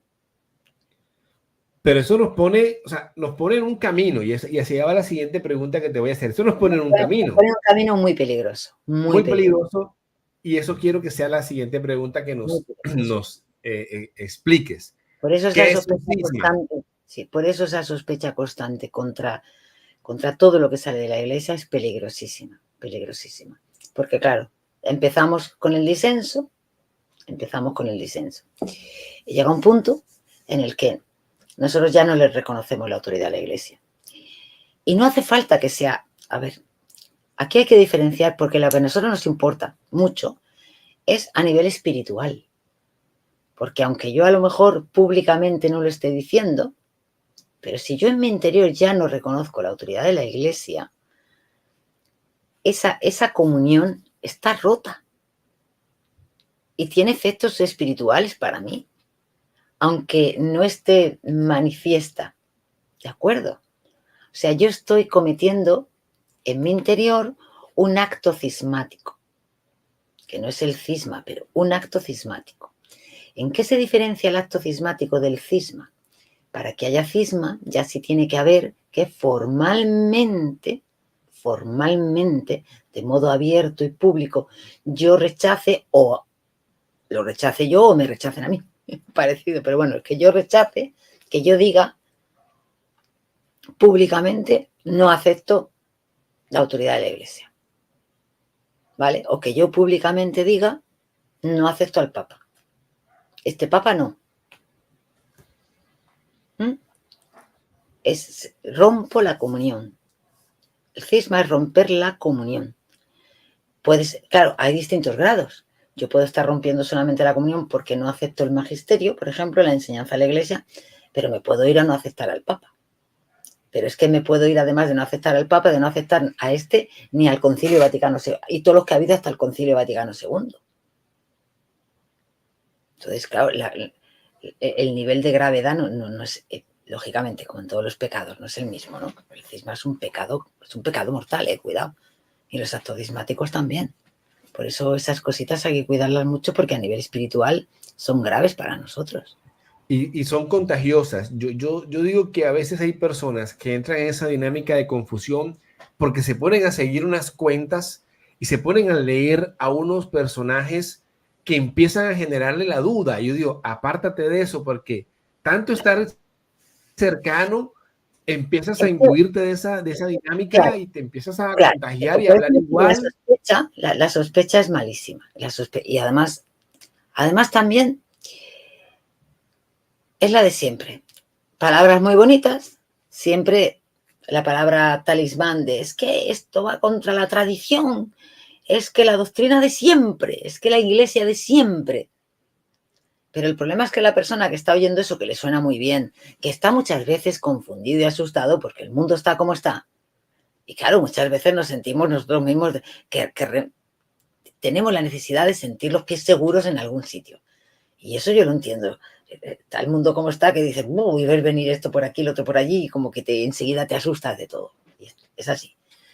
Pero como no conocemos realmente lo que es la tradición o lo que es la sana doctrina, nos vienen con palabras muy bonitas y ya empiezan las críticas.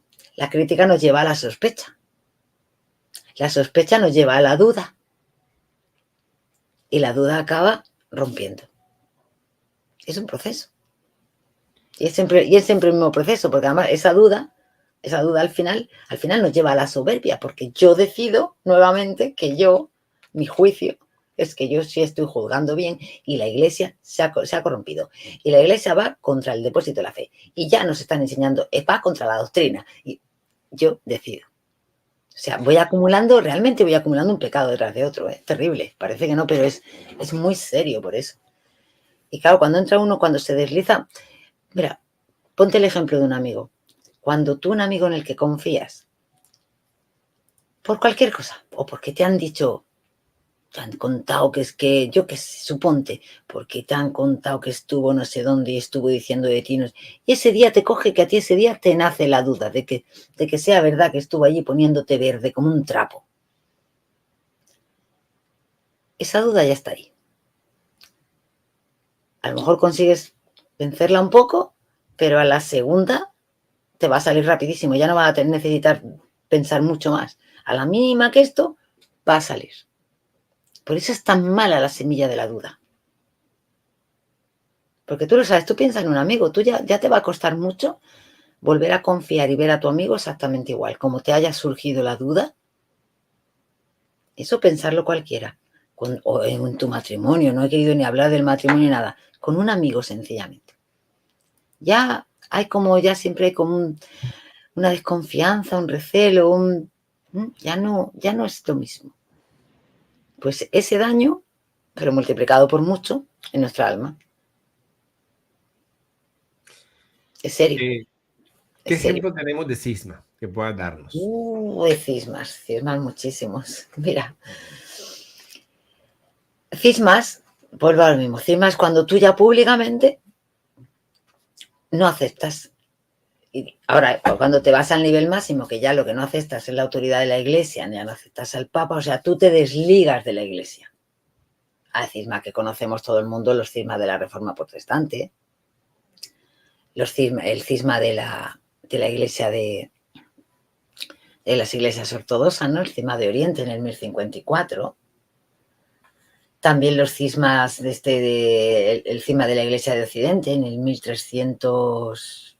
En el siglo XIV, el cisma de los El tres siglo papas. XIV, el cisma de los tres papas, efectivamente. Ese cisma además debilitó mucho la Iglesia, porque claro, es que claro, ahí había tres papas, aquello fue una situación compleja y de hecho tenemos santos que como en realidad no sabían, no podían San muchas veces Vicente de conocer Ferrer, bien, San unos Vicente de apoyaban Ferrer a fue unos, el antipapa. unos apoyaron a unos antipapas y otros al papa tal. Sí, San Bueno, Vicente de Ferrer. a mí me estuvo explicando el padre Jacobo, él me estuvo explicando ahí que claro, y yo decía, entonces, ¿qué ha pasado, Kiko? ¿Cómo es que pueden ser santos y todo eso? Y me dice, no, lo que pasa es que claro, ellos tenían una ignorancia invencible, porque ellos en la situación que estaban no podían saber realmente con qué. Me contó que a veces que celebraban la misa muchas veces y como no sabían qué papa era, cuando tú estás ofreciendo las oraciones por el papa en la Santa Misa, decía que muchos sacerdotes y eso le decían a Dios por el papa, que sea el papa legítimo, sin decir ninguno de los tres. Eso me lo contó que está recogido en documentos, ¿sabes? Y que utilizaban esa fórmula. El papa que sea el legítimo. Claro, que fue bastante terrible, ¿no? Claro, Vale. cuando Martín V y eso sí. Cruz, Eso una pregunta más. más. El número 7 que te voy a hacer. ¿Qué es una excomunión y por qué se da? La excomunión viene a ser como el cisma, pero al revés. En el cisma eres tú quien te separas de la iglesia. En la excomunión es la iglesia la que, por una serie de todo eso está legislado, cuidado, de aquí el código canónico y todo eso no se puede hacer, nada de esto se puede hacer arbitrario ni como se quiera, ¿bien? Pero bueno, como lo que hemos contado del sacerdote que en mitad de la homilía de la misa va y dice que el Papa Francisco no es un papa legítimo, pues lo han excomulgado. La excomunión al final es lo mismo, es separarte de la iglesia. ¿Qué consecuencias tiene separarte de la iglesia? Aparte de las espirituales, lógicamente tiene, pues que tú ya no puedes acudir a los sacramentos. Tú ya estás separado de la iglesia. Muchas veces la gente ha creído que la excomunión es condenarte. No, la iglesia no te va a condenar. Te vas a condenar tú solito si no eres capaz de darte cuenta y volver luego a la iglesia, que es diferente. Tiene un ¿Vale? sentido medicinal, tiene un Sí, sentido medicinal. Es un siempre llamado. para que se dé cuenta del error en el Claro. que está y sepa, bueno, no, estás separado de la iglesia. Entonces uno intente volver, uno intente darse cuenta, reflexionar, ver dónde está su error y poder volver a la comunión. A la comunión se puede volver siempre. Tiene que pasar una serie de requisitos y todo eso, ¿no? Evidentemente, no va a ser solo y ya está, pero siempre en su vida tiene la oportunidad de volver a la comunión con la iglesia. Fíjate que Marco dice, Cruz, una vez nos contaste que en tu proceso pasaste por esa etapa de creer que la verdadera tradición está en los que se jactan de tenerla. Claro. Es decir, de los tradicionalistas de ruptura, dígase lefebristas. ¿O estoy equivocado? Y si no, ¿cómo llegaste a lo que crees hoy? No, sí, yo lo he contado muchas veces, que porque cuando al principio en mi conversión, y lo que me he dado cuenta es que nos pasa a mucha gente, ¿no?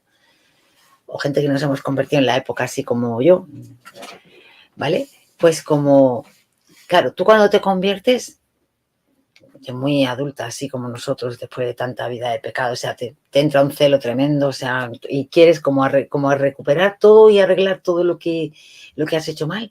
Ahora te vuelves un fariseo porque lo quieres hacer todo perfecto, todo te parece mal y todo lo criticas, las cosas como son. Pues cuando estás en esta situación, como estamos en esta situación de redes, porque yo me convertí, la entrada mía en la iglesia, aunque llevaba tiempo, pero la entrada fue en el 2020, en el año de la pandemia, ¿no?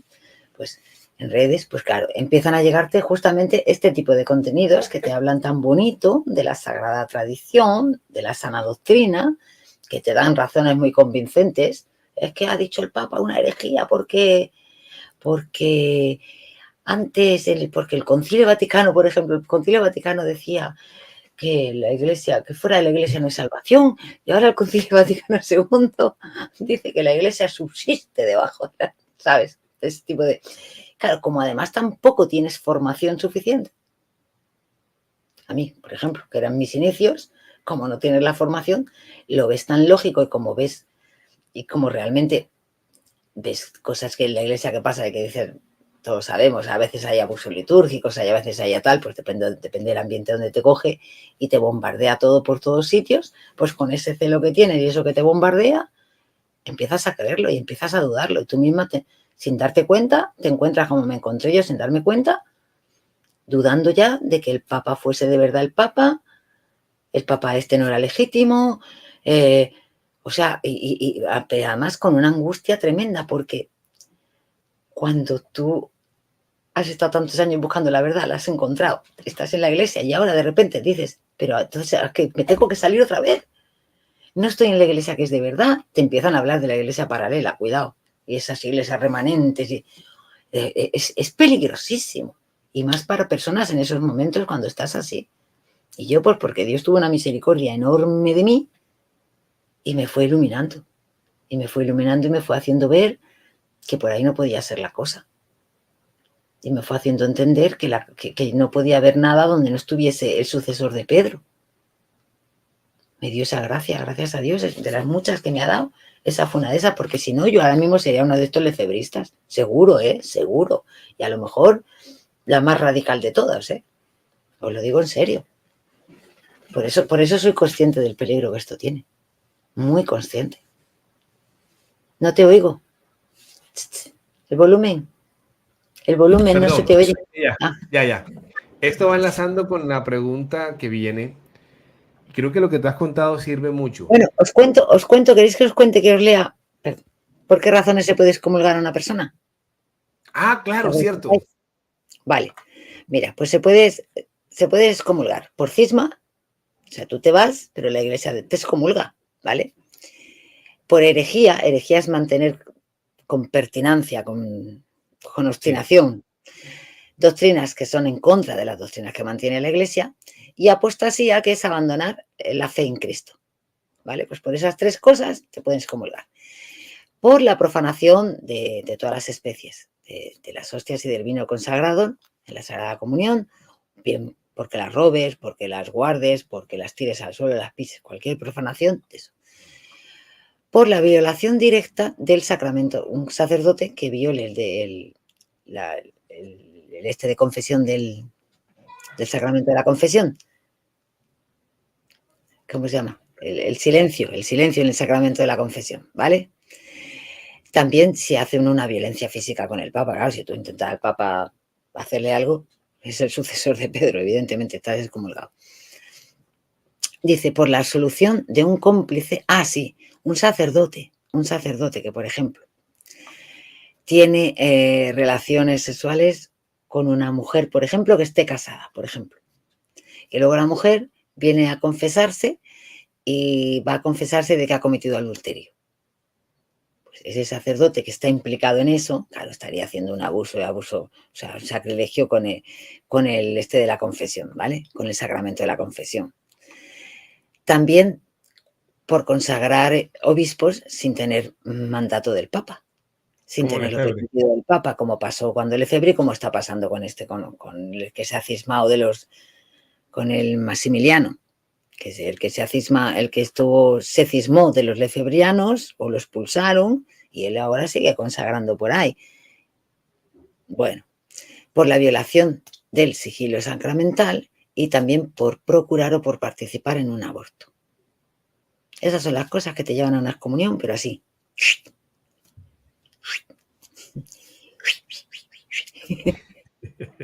Así, como un cohete. Como cohete. Como un cohete. Bien, excelente. Muy, muy pedagógico todo esto.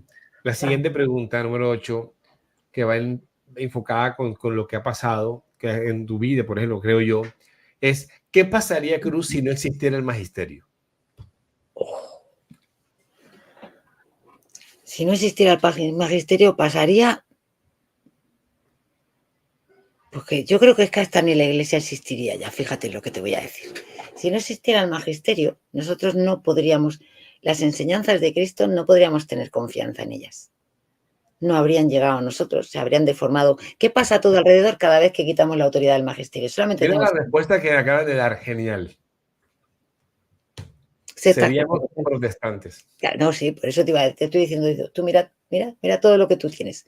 ¿Qué pasa? Que tú te vas desviando de la verdad, porque no tienes una autoridad que diga, que te asegure que tú estás en esa verdad del depósito de la fe. O sea, sería terrible, o sea, lo peor que nos podría pasar. Lo peor que nos podría pasar. Seríamos protestantes, sí, exacto. Es como, yo me imagino que es como cuando en una ciudad se va la energía eléctrica y los semáforos no funcionan. Y eso es cada quien intentando cruzar la calle, o sea, es así. Sí, pero es que mira, para entender el magisterio es tan sencillo como cualquiera de vosotros, todo el que haya estudiado una carrera. Digo, una carrera, vamos, puede poner el ejemplo también cuando estás en el instituto, ¿no? Pero digo el de la carrera porque en la carrera como que hay contenidos aún de más peso, ¿no? Tú vas a una carrera, tú vas a estudiar medicina, vas a estudiar biología, vas a estudiar química. A ti el profesor te está explicando cómo va eso. Tú le vas a estar diciendo al profesor si esa fórmula está bien explicada o no. Si es esa fórmula, le vas a estar cuestionando o vas a estar diciéndole al médico si realmente eso es así, o tú vas y te sientas y aprendes. Así de sencillo es entender la actitud que hay que tener en la iglesia. Si es que es así de sencillo. La iglesia nos enseña, nosotros aprendemos. Ya está. Ya está. Así es, así es. Pregunta penúltima. ¿El magisterio actual puede corregir al magisterio anterior? Aquí nos viene bien hablar de cuando hablábamos de lo que era el magisterio infalible, que es el que no puede contener error en el núcleo de lo que está definiendo, en el corazón de lo que está definiendo, y el magisterio ordinario, que no es infalible. Entonces, en el que es infalible, lo dijimos un poco antes, pero igual, se pueden modificar la forma en la que eso se explica. Es decir, se pueden modificar las palabras, pues porque a lo mejor está definido hace 12 siglos y ahora ya se utilizan otros lenguajes, se utiliza otra cosa para facilitar su comprensión, pero el núcleo, la enseñanza, eso no se puede cambiar. En el magisterio ordinario sí se podría cambiar, sí se podría cambiar. Se pueden, mira, yo qué sé, pues, ejemplo, por ejemplo, con el tema de la pena de muerte. Porque mucha gente dice, ¿ves? El magisterio se equivocó porque es que estuvieron no sé cuántos años con la pena de muerte y ahora la han tenido que quitar. No, el magisterio ni siquiera la ha quitado, ni ha dicho que la pena de muerte no sea, no. El magisterio lo que ha dicho es que en las circunstancias actuales del mundo como está, la pena de muerte ahora mismo ya no tiene sentido. No va a cumplir la misión o la función que hubiese podido tener a lo mejor hace 7 siglos. Y que entonces la Iglesia ahora entiende que la pena de muerte ahora no tiene lugar de poder llevarse adelante. Pero no ha hecho ningún cambio moral o valoración moral diferente a la que estaba haciendo. Lo que ha decidido es que ahora en este tiempo ya no es oportuno aplicarla, por ejemplo, ¿no? Excelente. Sí, por favor. Otro ejemplo, el motu propio del Papa Francisco con el tema de la misa en latín respecto al motu propio del Papa Benedicto XVI. Ante circunstancias diferentes, el Papa Benedicto XVI hizo unas cosas y como luego, con todo el problema que ha seguido añadiendo, el tema iba mucho a peor, con gente apropiándose de una misa que no era de ella para ir contra precisamente la Iglesia, el Papa Francisco se vio obligado a poner una serie de límites mucho mayores, pero es que está en la autoridad del Papa, en concreto la del Papa. Cuando el Papa está en ejercicio, ¿cómo te lo explicaría yo? O sea, cualquier documento que haya de cualquier Papa en la Iglesia es como si fuesen de él en ese momento. Y al ser como si fuesen de él en ese momento, él puede anularlos, puede ponerlos, puede tal, puede cual. Tiene esa autoridad. La Iglesia. Esa es la autoridad que tiene el sumo pontífice. Excelente. Yo creo que este programa ha sido genial. Bueno, no sé. Hemos aprendido muchísimo y de verdad que va a ser un programa catequético. Yo creo que si hay algún no católico en proceso de conversión, le van a decir, mira, ahí hay un video buenísimo que te lo tienes que ver en ese proceso para que conozcan los fundamentos de la fe católica. Una pregunta final. ¿Qué documento de la Iglesia nos puedes recomendar que nos ayude a comprender mejor ese quehacer teológico que hace la Iglesia? Bueno, a apuntar. ¿Quieres que te pase ahora después los vínculos? Porque son varios. Sí, para poderlos colocar en la descripción del vídeo y que la Vale, gente que lo vea al final encuentre ahora ese después bonus final. te pasaré los. Mira, el primero y el que más, el más importante, que es el que es este justamente del Dorum Veritatis, tanto llevado y traído, que estamos trayendo tanto, ¿no? Sobre la vocación eclesional de los teólogos, ¿no? Que hizo la Congregación de la Doctrina de la Fe, que lo hizo además a petición de San Juan Pablo II, cuando era todavía cardenal Ratzinger, lo hizo el cardenal Ratzinger siendo todavía cardenal, ¿vale? Hay otro que es el discurso del Papa, los tengo apuntados para que no se me olvide, ¿eh? Del Papa San Juan Pablo II a los profesores de la Universidad Pontificia de Salamanca en noviembre del año 1982. Otro que es imprescindible es el de Papa San Juan Pablo II en el discurso a la Asamblea Plenaria de la Congregación para la Doctrina de la Fe de noviembre del año 95. También de Juan Pablo II. Sí, es que Juan Pablo II ahí tuvo mucho que ver en regular todo eso porque se dio cuenta de muchas cosas. Bueno, y porque todos van haciendo, claro, Pablo VI tuvo que solucionar otras cosas antes, ¿no? Luego, muy valiosa también es la encíclica, la de Humane Generis, de Pío XII. Hay un documento también que es muy interesante, que es, espérate que te lo busco aquí, que se me ha movido el apodo de la lista. Aquí está. De la Comisión Teológica Internacional del año 1975, que se titula Magisterio y Teología. Hay también uno en la Conferencia Episcopal aquí española, para la doctrina de la fe de la Conferencia Española, que es la declaración titulada El teólogo y su función en la Iglesia, que es del año 1989. También es buenísimo. Y ya el último que tengo apuntado es una instrucción pastoral de la Conferencia Episcopal Española también del año 2006, titulada Teología y Secularización en España, a los 40 años de la clausura del Concilio Vaticano II. Yo ahora después te pasaré todo. No te preocupes, ahora en un instante te paso todos los días. Además, ahí apunté algunos que... No, por eso te digo, yo te lo voy a apuntar. Además, si me dais un segundo, que me cambio de navegador y voy haciendo un copia-pega. Yo los paso, si queréis, por el chat. Si quieres. Perfecto, ¿me los pasas? O me los pasas por el chat nuestro y luego yo lo subo a la descripción del video. Pues eso. Dame un segundo que lo tengo aquí. Tiri. A ver, no te vayas. Aquí. Bueno, seguir hablando mientras. No, excelente todo. Aquí, pues, Marco nuevamente nos menciona algunos que ya tú colocaste, el Donum Veritatis. Sí, ese es importante. Papa San Pío X en el discurso a la Unión Apostólica el 18 de noviembre de 1912. Bueno, ese no lo conocía yo. Ese yo en lo personal no lo conocía. No, ese que Marcos está diciendo no me suena mucho. Marcos, ¿cómo es el título? Es que no, como estoy mirando esto no te lo leo. Discurso a la Unión Apostólica, el 18 de noviembre de 1912, sobre cómo se debe amar al Papa. Ah, bueno, el de cómo se debe amar al Papa, vale, sí. Lo he oído, pero no lo... No, tampoco, vale. Yo nunca lo he visto. Ay, narices, que me acabo de ir. A ver, ahora ya, venga. Pero qué excelente todo. Venga, ¿tenéis más preguntas, chicos? Aprovechar, que ya no me vais a pillar más el pelo con estos temas, ni harta de vino.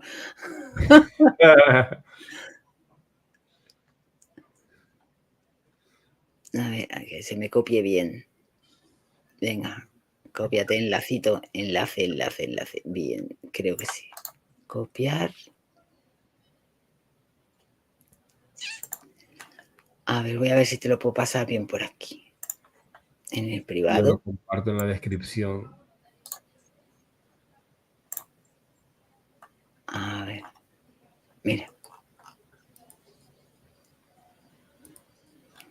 Aquí no sé si está este. Espera, que nos han copiado todos, claro.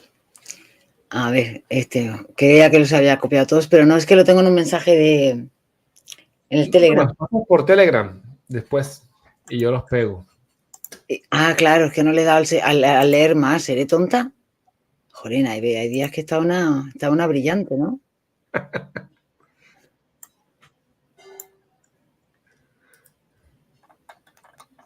Mira, no te voy a poner las descripciones, yo te voy a pasar los documentos y punto pelota. Sí, exacto. Claro, porque por querer decirte los nombres y todo de cada uno la estoy liando, así que... A ver, voy a quitar esto de aquí. Fuera, un momento, dame un segundo. A ver. Ahí tienes... Epa. Jolín. Estos cambios de navegador, de verdad. Copiar enlace, ven aquí. No es cambio de navegador, es que yo soy una torpe. Yo soy una abuela. Y estas cosas. Venga, te lo estoy empezando a pasar ahí. Ya las estoy viendo. Ya los voy teniendo Perfecto. todos localizados. Copiar enlace. Que además lo tengo en el otro navegador. Porque para que me funcionen bien el string ya y eso me funciona bien en Chrome. Y yo normalmente trabajo en Firefox. Copiar enlace. Pero que todos vosotros tenéis sois más rápidos para todas estas cosas. Yo soy mucho más torpe. Aquí ya las estoy recibiendo. Te he pasado 3, ¿no? Sí. Llevo 3. Vale. Este es el 4.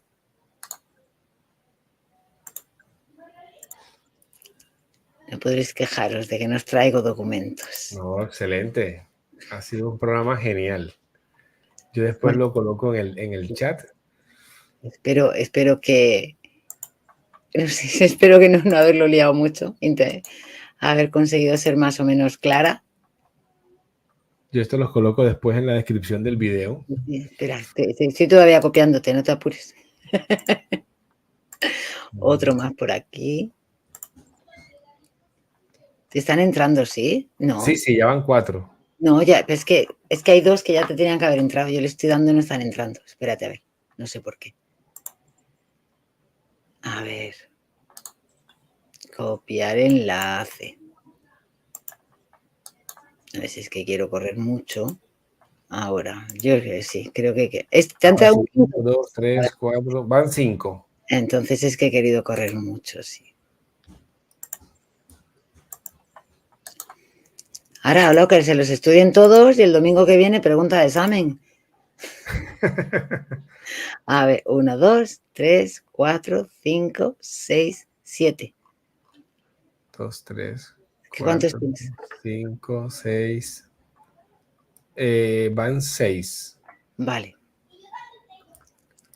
A ver. Van 6.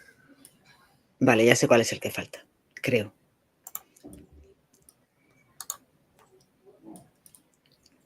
Copiar enlace. ¡Hala! Aquí está. Ya, ahora sí. Soy una torpe, perdonadme. Ya lo sabéis, menos mal que los chicos ya me conocen. Sí, yo después lo subo en la descripción.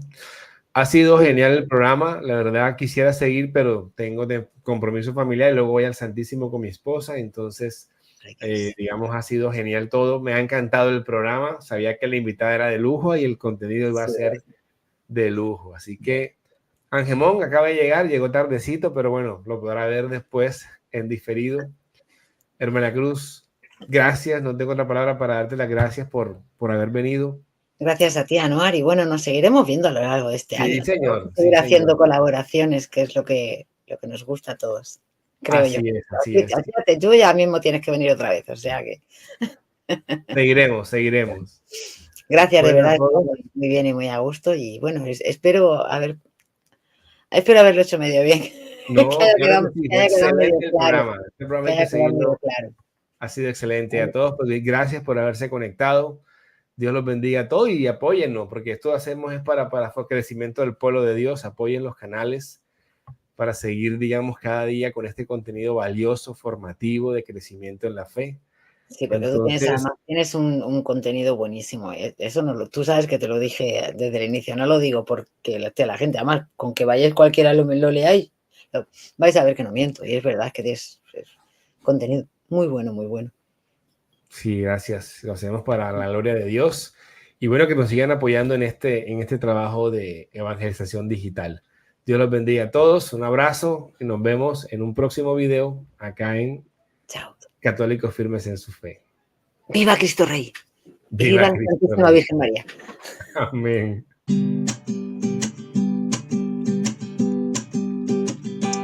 Me cansé de estar dando tantas vueltas, de preguntas sin respuestas, de no creerle a él. Me cansé de escuchar más opiniones, de vivir en confusiones. Hoy católico seré. Ahora lo tengo todo, gloria a Dios, lo tengo todo. En su iglesia encontré lo que tanto busqué. Ahora lo tengo todo, gloria a Dios, lo tengo todo. En su iglesia encontré la plenitud de la fe. Ahora lo tengo todo, gloria a Dios, lo tengo todo. En su iglesia encontré lo que tanto busqué. Ahora lo tengo todo, gloria a Dios, lo tengo todo. En su iglesia encontré la plenitud de la fe, la plenitud de la fe, la plenitud de la fe.